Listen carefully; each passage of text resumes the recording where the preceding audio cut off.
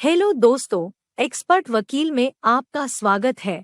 जानिए Hindu marriage act के अंतर्गत हिंदू विवाह की शर्तें। हिंदू शास्त्रीय विवाह के अधीन विवाह एक महत्वपूर्ण संस्कार है। इस संस्कार को पूरा करने के लिए प्राचीन विधि में भी शर्तें अधिरोपित की गई थी। वर्तमान हिंदू विवाह अधिनियम 1955 द हिंदू मैरिज एक्ट 1955 आधुनिक हिंदू विधि है, जिसे प्राचीन शास्त्रीय विधि तथा आधुनिक परिक्षेप को ध्यान में रखते हुए भारत की संसद द्वारा बनाया गया है। इस अधिनियम के अंतर्गत हिंदू विवाह किए जाने के लिए कुछ महत्वपूर्ण शर्तों का समावेश किया गया है। हिंदू विवाह के अधीन इन शर्तों की पूर्ति की जाना अति आवश्यक है। अधिनियम की धारा 5 हिंदू विवाह के लिए शर्तों का उल्लेख करती है। धारा 7 में हिंदू विवाह के संस्कार बताए गए हैं तथा धारा 8 में हिंदू विवाह के रजिस्ट्रीकरण के संबंध में उपबंध दिए गए हैं। हिंदू विवाह की शर्तें। हिंदू विवाह अधिनियम 1955 धारा 5 अधिनियम की इस धारा के अंतर्गत आवश्यक कतिपय विधिक शर्तें अधिरोपित की गई है। विधि सम्मत विवाह हेतु आवश्यक शर्तें वर्तमान धारा में उल्लेखित की गई है। यदि समस्त अधिनियम को समझा जाए तो हिंदू विवाह अधिनियम के अंतर्गत इन शर्तों का सीधा संबंध किसी विवाह के शून्य और शून्यकरणीय अर्थात धारा 11 और 12 से संबंधित है। धारा 17 और 18 के अधीन हिंदू विवाह के अंतर्गत दंड का प्रावधान दिया गया है। हिंदू विवाह में कुछ कार्य ऐसे हैं जिन्हें कारित करने पर दंड की व्यवस्था दी गई है। अधिनियम की धारा 5 के अंतर्गत कुछ शर्तें ऐसी हैं जिनका उल्लंघन करने पर हिंदू विवाह अधिनियम की धारा 17 और 18 के अधीन दंड की व्यवस्था की गई है। इस अधिनियम के अंतर्गत धारा 5 के अधीन जो शर्तें उल्लेखित की गई है, उन शर्तों का उल्लंघन होने पर किसी विवाह को शून्य और शून्यकरणीय घोषित किया जाता है। इन वर्णित शर्तों का यदि पालन नहीं किया गया है, इसके परिणाम क्या होंगे, इसका उल्लेख अधिनियम की धारा 11, 12, 17 और 18 में किया गया है। हिंदू विवाह अधिनियम 1955 की धारा 5 के अंतर्गत हिंदू विवाह के संपन्न किए जाने हेतु जो शर्तें दी गई है, वह शर्तें निम्न है। पक्षकारों का हिंदू होना। हिंदू विवाह अधिनियम 1955 के अधीन जो शर्त दी गई है, उनमें सबसे पहली शर्त 2 हिंदू पक्षकारों का होना अति आवश्यक है। कोई भी विवाह हिंदू विवाह अधिनियम 1955 के अधीन तब ही संपन्न होगा जब दोनों पक्षकार हिंदू होंगे। भीमराव लोखंडे बनाम महाराष्ट्र राज्य AIR 1985 सुप्रीम कोर्ट 1564 के मामले में कहा गया है कि जब विवाह के दोनों पक्षकार हिंदू हों तो ही हिंदू विवाह अधिनियम के अंतर्गत कोई हिंदू विवाह संपन्न माना जाएगा। यदि विवाह का कोई एक पक्षकार हिंदू है तथा दूसरा पक्षकार गैर हिंदू है, तो विवाह इस अधिनियम की परिधि के बाहर होगा और यह विवाह हिंदू विवाह नहीं कहलाएगा। यह आवश्यक नहीं है कि दोनों पक्षकार एक ही वर्ण के हो तथा एक ही पंथ के हो। हिंदू विवाह अधिनियम के अंतर्गत हिंदुओं में प्रचलित जातिगत व्यवस्था के अधीन हिंदू विवाह को संपन्न किए जाने की अनिवार्यता को समाप्त किया गया है। यह अधिनियम हिंदुओं को जाति पाति के बंधन से मुक्त करने का प्रयास करता है तथा इस अधिनियम के अंतर्गत पक्षकारों का केवल हिंदू होना आवश्यक है। लेखक पूर्व के लेख में इस अधिनियम के अंतर्गत कौन हिंदू होगा इस संबंध में चर्चा कर चुका है। यदि विवाह के पक्षकार हिंदू हैं, तो उनका आपस में विवाह संपन्न हो सकता है। इसके लिए किसी जाति पाति तथा पंथ विशेष की कोई आवश्यकता नहीं होगी। प्राचीन शास्त्रीय हिंदू विवाह समय की मांग के अनुसार जातियों के आधार पर हिंदू विवाह को मान्यता देता था, परंतु आधुनिक हिंदू विवाह जातियों के आधार पर हिंदू विवाह में कोई बाध्यता नहीं रखता है। जगन्नाथम बनाम सविथम्मा AIR 1972 आंध्र प्रदेश 377 के मामले में यह बात कही गई है कि हिंदू विवाह किसी जातिगत व्यवस्था की अनिवार्यता का समर्थन नहीं करता है। एक पति या एक पत्नी का होना हिंदू विवाह अधिनियम 1955 की धारा 5 के अंतर्गत यह महत्वपूर्ण शर्त अधिरोपित की गई है कि हिंदू विवाह तभी संपन्न होगा जब विवाह के समय दोनों पक्षकारों में से न तो वर की कोई पत्नी जीवित होगी और न ही वधू का कोई पति जीवित होगा। प्राचीन शास्त्रीय हिंदू विवाह बहुपत्नी को मान्यता देता था, परंतु आधुनिक हिंदू विवाह अधिनियम 1955 बहुपत्नी का उन्मूलन करता है। लीला गुप्ता बनाम लक्ष्मी नारायण 1978 3 सुप्रीम कोर्ट 558 के मामले में कहा गया है कि दाम्पत्य युगल शब्द से आशय पूर्व दाम्पत्य युगल से नहीं है। यदि वर या वधू की पत्नी या पति जीवित नहीं है तो उन्हें पुनर्विवाह करने से वर्जित नहीं किया जा सकता है। एक कुंवारा व्यक्ति जिसने विवाह के समय तक विवाह न किया हो, एक विधवा, यह विधुर या विवाह विच्छेद के उपरांत ऐसा व्यक्ति विवाह विधिक रूप से रचा सकता है यदि अन्य सभी विनिर्दिष्ट शर्तों का पालन किया गया जाए। हिंदू विवाह अधिनियम 1955 की धारा 5 के अधीन जिस एक पत्नी के सिद्धांत का पालन किया गया है उसकी संवैधानिक वैधता पर प्रश्न आए थे। रामप्रसाद सेठ बनाम उत्तर प्रदेश राज्य AIR 1961 इलाहाबाद 334 में प्रार्थी ने कहा कि उसकी स्त्री से उसे कोई पुत्र नहीं हुआ है। उसे हिंदू धर्म के अनुसार परलोक सुख के लिए पुत्र होना अनिवार्य है, क्योंकि मृत्यु के उपरांत सभी अनुष्ठान पुत्र के द्वारा किए जाते हैं तथा पुत्र हिंदू धर्म के अधीन नरक से मुक्ति का कारण बनता है। आता वह पुत्र प्राप्ति के लिए दूसरा विवाह करना चाहता है, परंतु हिंदू विवाह अधिनियम की धारा 5 उसे इस प्रकार के विवाह करने से रोकती है। यह रोक संविधान के अनुच्छेद 25(1) के द्वारा प्रदत्त उसके धार्मिक स्वतंत्रता के मूल अधिकार का उल्लंघन करती है। न्यायालय ने कहा कि पुत्र लाभ के लिए प्रार्थी दूसरा विवाह करना चाहता है, जो कि हिंदू विधि के अधीन आवश्यक नहीं है, क्योंकि हिंदू विधि दत्तक पुत्र को औरस पुत्र की भांति ही सभी अनुष्ठान किए जाने की अधिकारिता प्रदान करती है तथा कोई औरस पुत्र भी किसी व्यक्ति के लिए नरक से मुक्ति का प्रदाता बन सकता है। हिंदू दत्तक ग्रहण अधिनियम 1956 के अधीन प्रार्थी दत्तक ग्रहण कर सकता है, इसके लिए दूसरा विवाह किए जाने की कोई आवश्यकता नहीं। न्यायालय के इस निर्णय ने उन हिंदू स्त्रियों के अधिकारों की रक्षा की है जो स्त्रियां किसी शारीरिक दुर्बलता के कारण संतान को जन्म नहीं दे पाती है। इस निर्णय ने आधुनिक हिंदू विधि को समृद्ध किया है।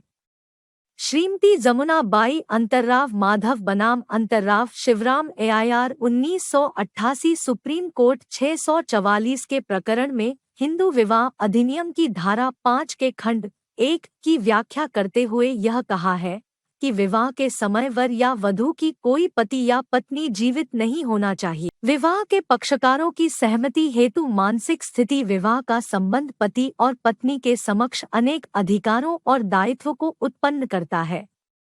ऐसी स्थिति में विवाह के पक्षकारों की मानसिक स्थिति संतुलित होना चाहिए। वर्तमान अधिनियम की धारा 5 के उपखंड 2 के अनुसार विवाह के लिए यह शर्त अधिरोपित की गई है कि विवाह के समय पक्षकारों की मानसिक स्थिति विवाह की प्रकृति और परिणामों को समझने के योग्य हो। धारा 5 का खंड 2 विवाह विधि संशोधन अधिनियम 1976 के द्वारा बदला गया है।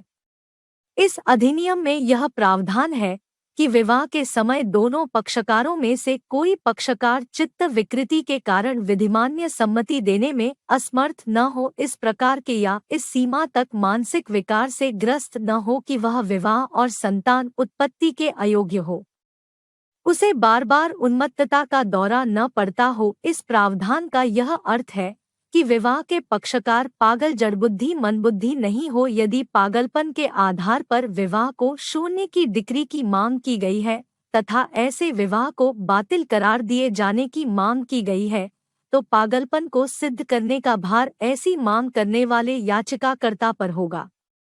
उच्चतम न्यायालय ने राम नारायण गुप्ता बनाम Rameshwari Gupta AIR 1988 supreme court 2226 के वाद में उल्लेख किया है कि यदि पागलपन विवाह के संपन्न होने के पश्चात उत्पन्न होता है तो ऐसी दशा में विवाह बातिल नहीं समझा जाएगा। विधि की अवधारणा यह है कि प्रत्येक व्यक्ति मानसिक रूप से स्वस्थ है, उसमें दाम्पत्य सूत्र में बनने की योग्यता है। इस प्रकरण के बाद सतीश चंद्र बनाम यूनियन ऑफ इंडिया 1987 के प्रकरण में कहा गया है कि यदि पागल व्यक्ति का विवाह कर दिया गया हो तो विवाह विच्छेद की कार्यवाही की जा सकेगी, क्योंकि इस अधिनियम के उपबंधों के अनुसार अस्वस्थ मस्तिष्क का व्यक्ति विधिमान्य रूप से विवाह नहीं कर सकता है। हिंदू विवाह अधिनियम विवाह की सहमति हेतु तो कोई प्रावधान नहीं करता है, लेकिन इस विवाह के अनुष्ठान किए जाने के लिए विवाह के पक्षकारों की सहमति होना अनिवार्य है। धारा 12 के अंतर्गत कपट के आधार पर प्राप्त की गई सहमति से संबंध हुए विवाह को शून्यकरणीय घोषित किया जा सकता है। इसके अतिरिक्त उस स्थिति में भी उसे विवाह के लिए उपयुक्त पक्षकार नहीं माना जा सकता जब वह उस सीमा तक मानसिक बीमारी से पीड़ित है कि उसे विवाह तथा संतान पैदा करने के योग्य भी नहीं माना जा सकता। पक्षकारों की न्यूनतम आयु हिंदू विवाह के लिए पक्षकारों की न्यूनतम आयु निर्धारित की गई है। बाल विवाह निरोधक संशोधन अधिनियम के बाद सभी प्रकार के विवाह में न्यूनतम आयु तय कर दी गई है। दो हिंदुओं के मध्य हिंदू विवाह तभी अनुष्ठापित किया जा सकता है जब वर 21 वर्ष की आयु और वधू ने 18 वर्ष की आयु प्राप्त कर ली है। यदि किन्हीं पक्षकारों का विवाह इस शर्त की अवहेलना करके कर दिया गया है तो न्यायालय द्वारा इस प्रकार के विवाह को पक्षकारों में से किसी एक के द्वारा याचिका लाए जाने पर शून्य घोषित किया जा सकता है।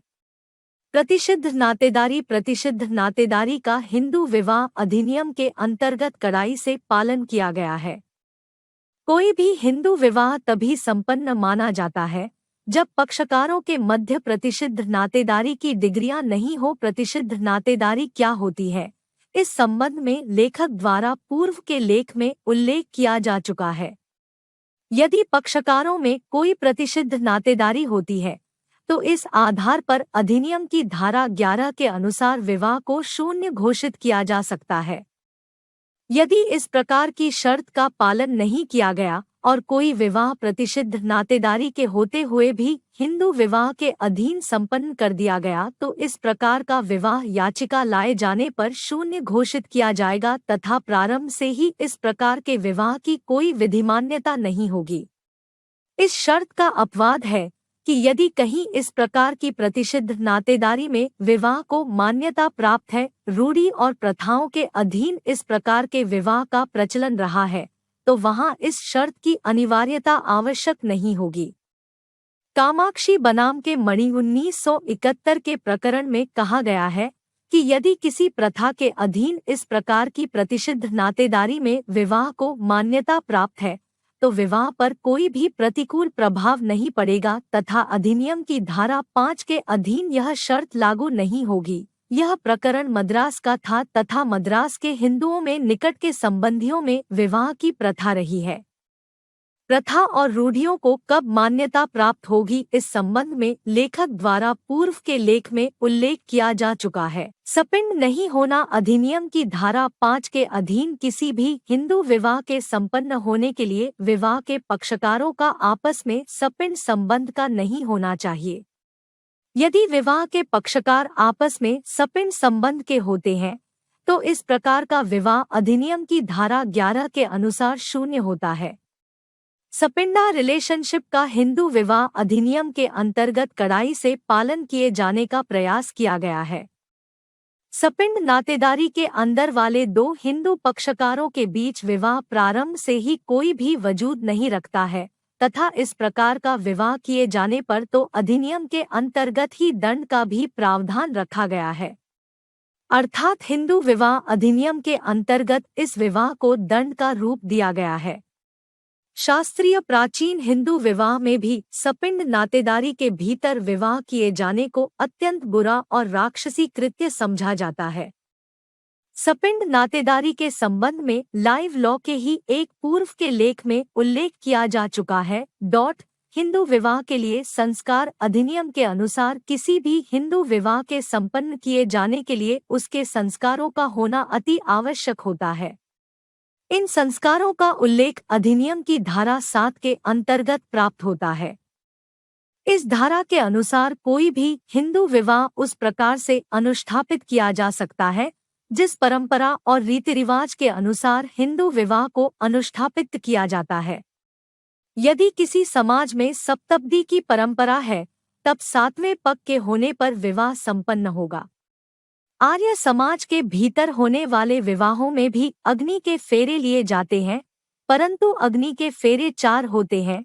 यदि आर्य समाज में 4 अग्नि के फेरे लिए जाने की परंपरा रही है, तो हिंदू विवाह अधिनियम के अधीन इस परंपरा को भी स्वीकार किया गया है और 4 फेरों में भी हिंदू विवाह स्थापित हो जाएगा तथा जयमाला, अंगूठी इत्यादि पहना देने से भी हिंदू विवाह के कर्मकांड संपन्न हो जाएंगे।